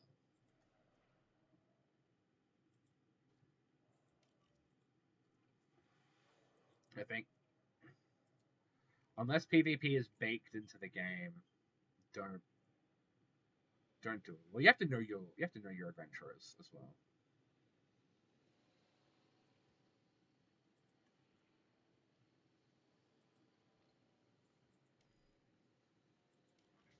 Oh, I see. All right, here we go. We're gonna get some more fossils out and try to clear the way for the T-Rex.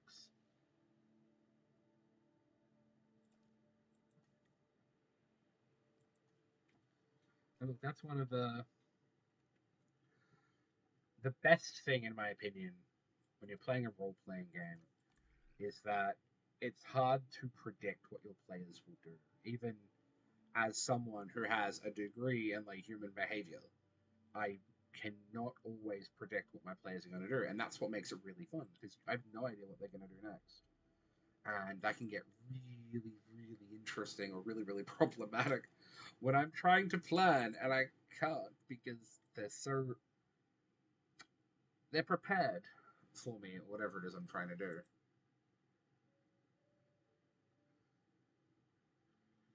Europlacephalus are needy and antisocial.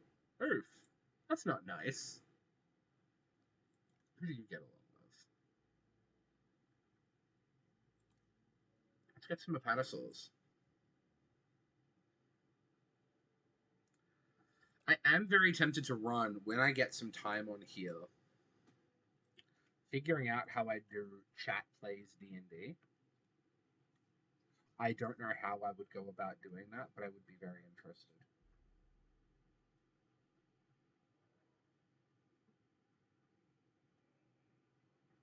Wait, all right, I've missed some context. Who shouldn't have taken 200 eddies? Eddies, for the unfamiliar, are Eurodollars, the currency of Cyberpunk Red.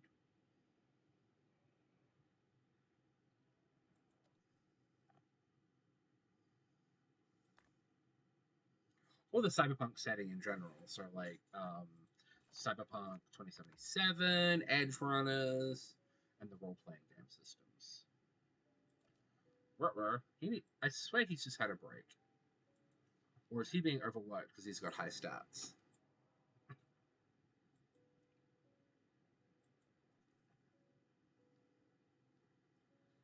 Alright, you can have a break. Rest. Windstone. That welfare school, though.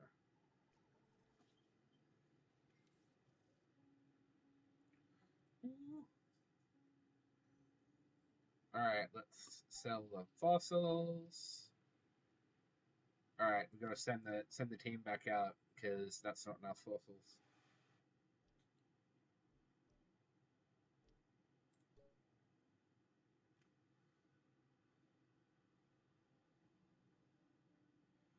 Yeah, well, outside. Well, alright. Um, our cyberpunk story was yeah, gonna revolve around fixers or fixers in cyberpunk. Your quest givers. They give you the missions, the jobs that you're doing. And my party, who aren't one of my therapy parties, uh, unalived their quest giver because they thought he was taking too big a cut, which I disagree with. But they got greedy, and now everything's gone to heck in their story because hey, their agent, their middleman, their guy who makes them money, gets them like reliable jobs and vets their candidates and does all this stuff that you would hope. Ugh, this is fine. One egg's fine.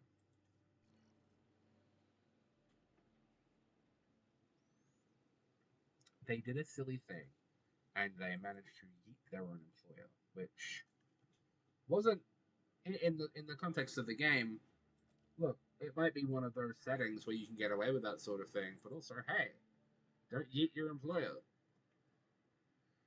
Look what's happened since then. You're all wanted and getting ready to run a heist, which is more exciting for anyone who's into role playing games. With Gavin Moore and I play Cyberpunk right on Sundays.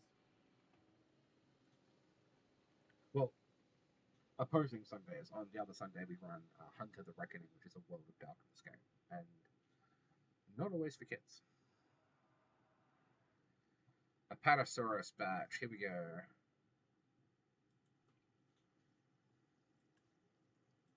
Select eggies. Ah, nice. That's what we want.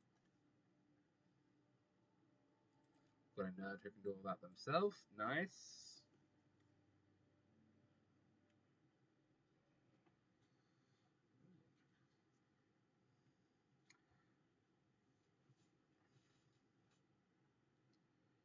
The wild cards are gonna wild card.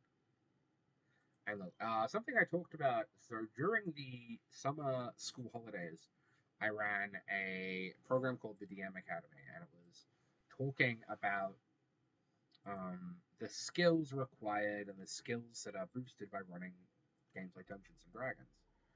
And one of the ones that we really did talk a lot about is player roles. Not just like character roles, like ooh, wizard, or you. Oh no! Oh, I pushed the wrong button.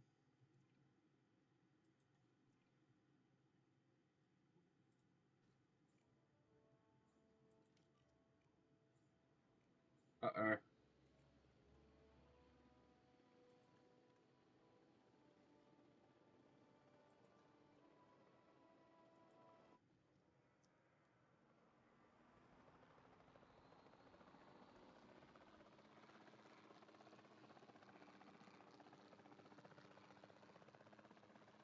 Actually, no, I need to control this from the ground.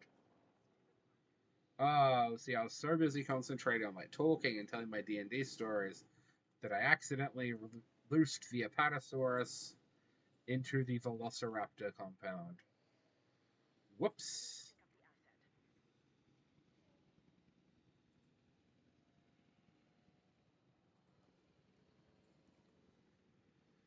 Whew.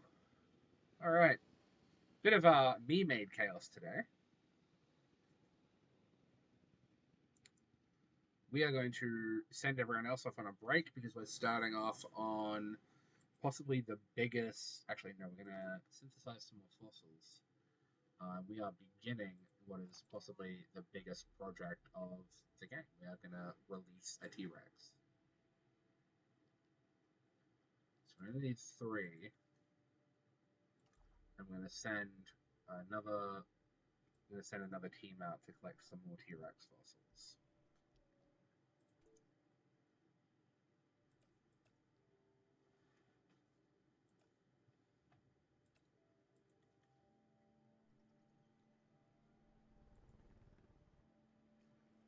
Whew, that was lucky. That very nearly went terribly.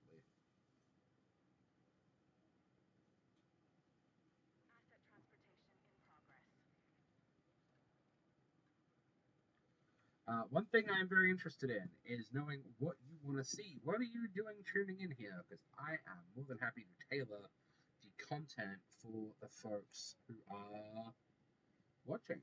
You know, what do we want to cover? What topics surrounding mental health and neurotypes do you want to explore while we're here?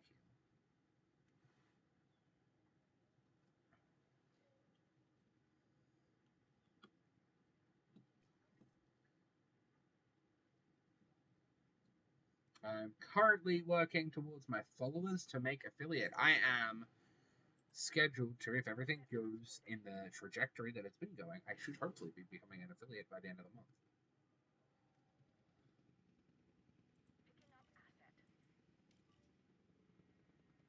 Alright, what kind of forest coverage is an Apatosaurus? That's a lot of forest coverage. I wouldn't think they'd be too happy in a forest, but okay. We're gonna make this area forest with ground leaf. Is that what they want? Forest with ground leaf? Tall leaf and forest. Okay.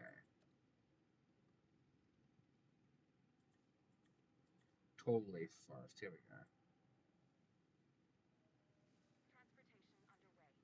We also need forest. Oh, this would be really difficult. Might expand their enclosure. Just as far as it can go.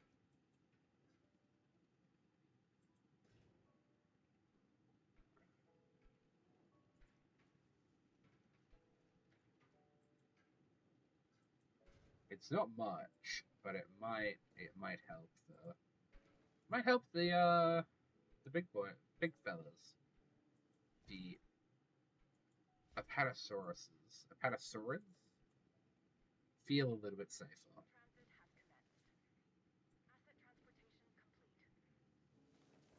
I'm gonna want some tall leaf.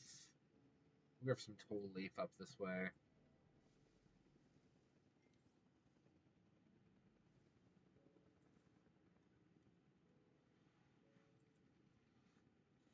There should be enough forest for you there, maybe.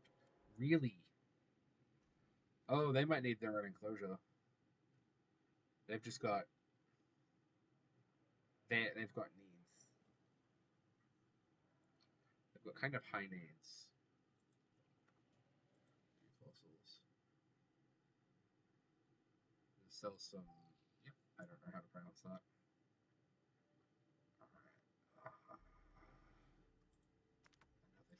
Another Tyrannosaurus fossil. Nice. We're gonna need 3 for this. We're gonna put Barbosa on leave. I want to synthesize the T-Rex today. We're gonna try our best to make that happen. Got about 14 minutes left. We should be able to do it.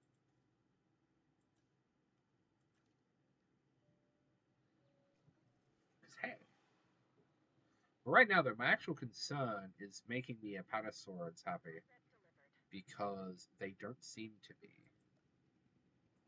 So let's have a look at this one. What's this one want? Still missing forest. Still wants way more forest and way more open space. I think we should move. I'm going to make a quick decision here I'm going to make a new enclosure for them down here, which can be for my, like, big...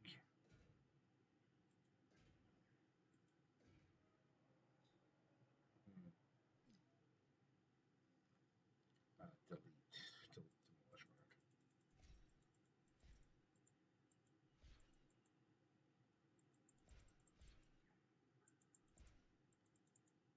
They want, yeah, they seem to want a lot of forest. So I'm actually gonna try to give it to them as best I can. I'm gonna make the large electrified fence. I'm gonna go for this far over. What is this? Oh, look at all this! I'm not doing that without a monorail though. Like, that's gonna be really difficult to create room for. They want forests and room, which I'm not against. They need it. They're big dinosaurs. And I should have thought ahead before giving them something that isn't great for them. So we're just going to have them politely and lovingly tranquilized.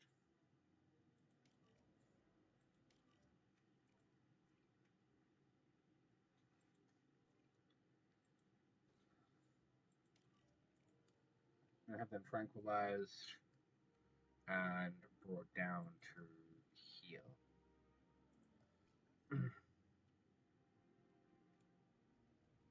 Profits are up 20%. That is not a small amount of money. Is it why we do this? No. Does it help? Yes. Alright. This is going to be expensive because in the other one, T-Rexes are incredibly expensive. Antisocial and intolerant. That sounds like some people we've met. Alright, I'm going to see if we can boost the T-Rex game with some more fossil research, just to make them a bit more viable as a genome. Assign a scientist. I'm going to create a paddock. I actually wonder if this should be the herbivore paddock and this be the T-Rex paddock.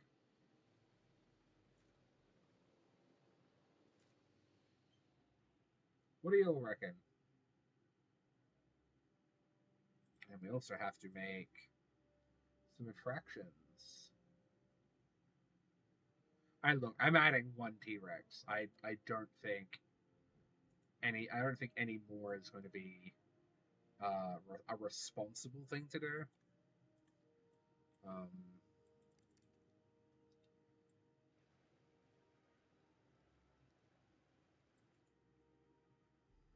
so what we're going to do is we're going to add a viewing gallery here and a viewing gallery here.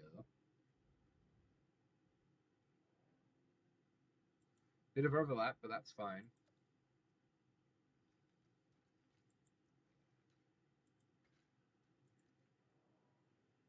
Go for another small power station down here. Just quietly tucked out of the way.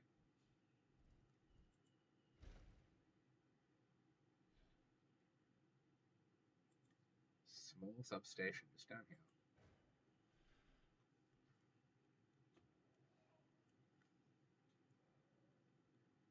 And then we're going to transfer all of our apatosaurids to the big box.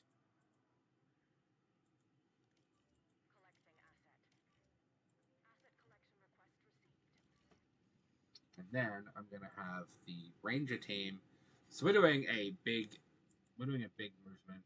Collect. Oh no, we're out of power up here. We need to add this to the central grid.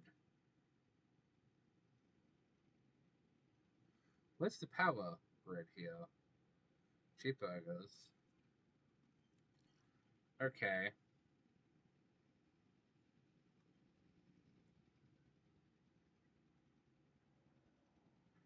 All right. I need to make a bigger power grid. I need to add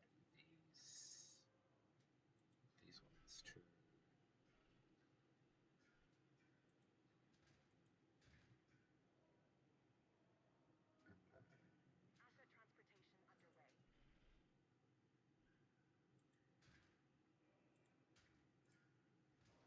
gonna make the path.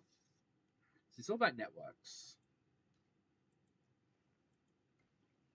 Just understanding that once the network is set up, it's there.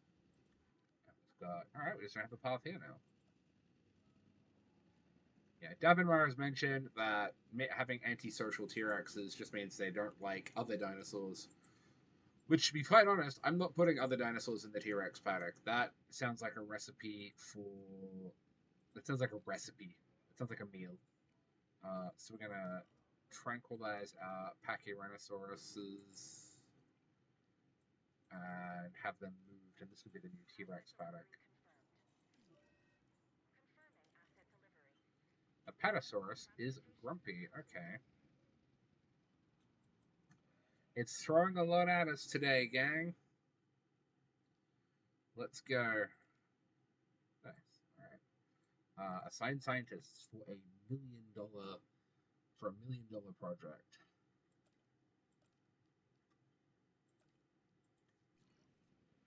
Do I have these? Do I have the skills? Yes, I do have the skills to pull up a second. Alright, let's maximize output. Alright, 2 T-Rexes are on the way. I'm going to build a ranger post here to check in on everyone. We're going to create some transportations. We're going to create some gates.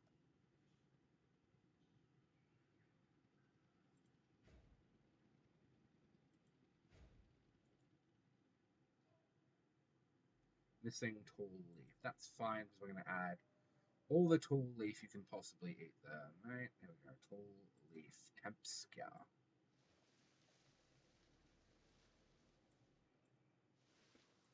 Did I just spend $100,000 on $100,000 on trees? That's a lot of trees. Alright, let's have the rangers show up here now.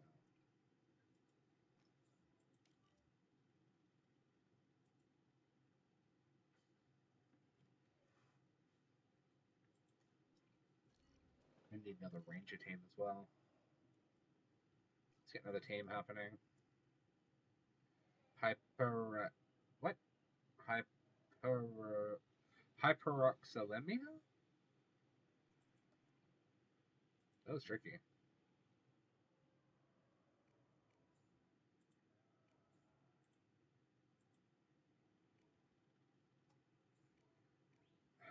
Come on. Where are you? Come on, mate. Where are you? There you go. On the flip side, I would love to have seen a timeline where Steve Irwin got to meet a dinosaur. That just would have been delightful.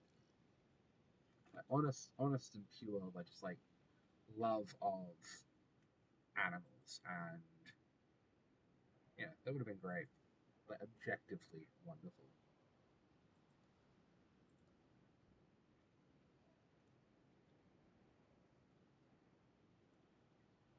All right, I'm gonna set up a trip line. Nope. Zip line. Sorry. Ah, wrong word. That's a viewing platform. He would have. He honestly would have. It would have been wonderful. And I feel in a better timeline when he got to like when Jurassic World came out, I feel like he would have cameoed in it.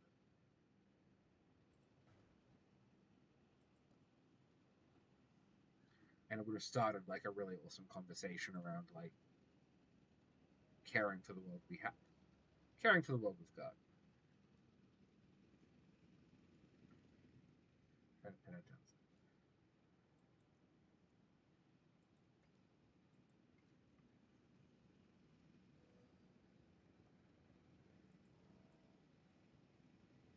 Dun, dun, dun.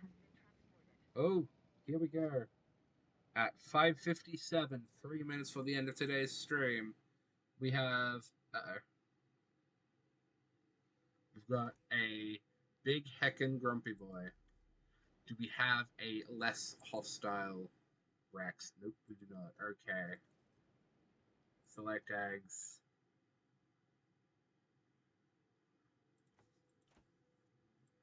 Assign scientists. Do we have faster incubation? Alright.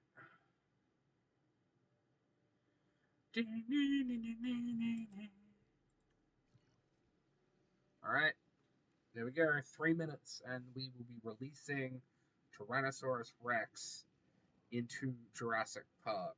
The worst idea in the long, sad history of bad ideas, but we're doing it.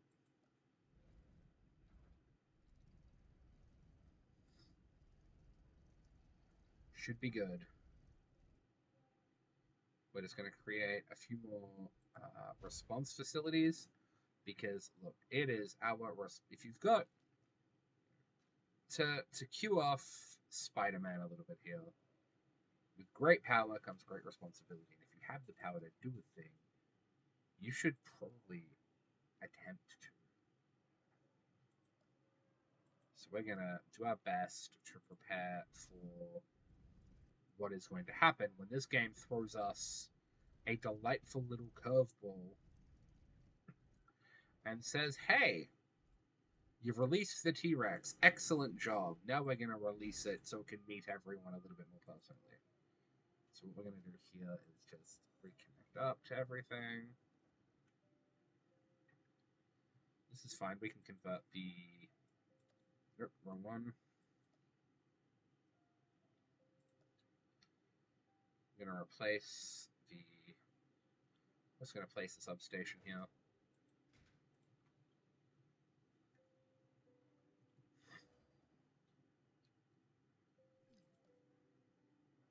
And then we're going to add some...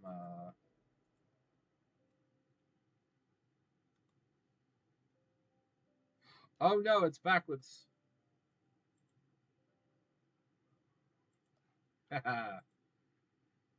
Yes, I would like to demolish that part of the zip line.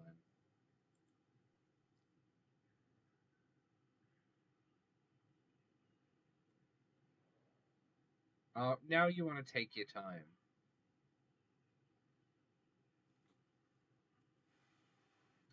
This will give everyone like a really great view of stuff in the park. And I'm being impatient. I'm going to admit that. I'm being a little bit impatient.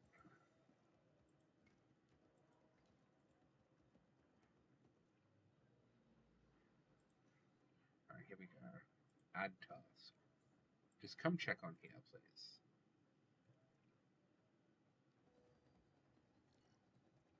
No, this is the herbivores. Sorry, this is just the big herbivores.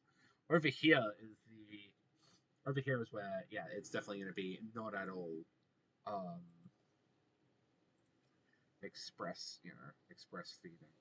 Can I possibly at all, pretty please, Jurassic World game, let me make a terrible decision here. Is that a gate? No. Thank you, game.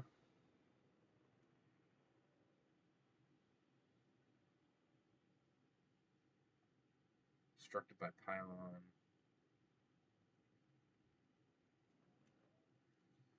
There's gotta be a point. Oh. Chat, here we go.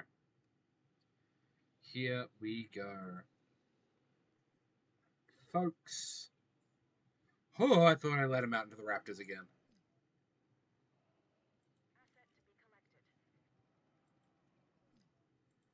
Folks, here we go.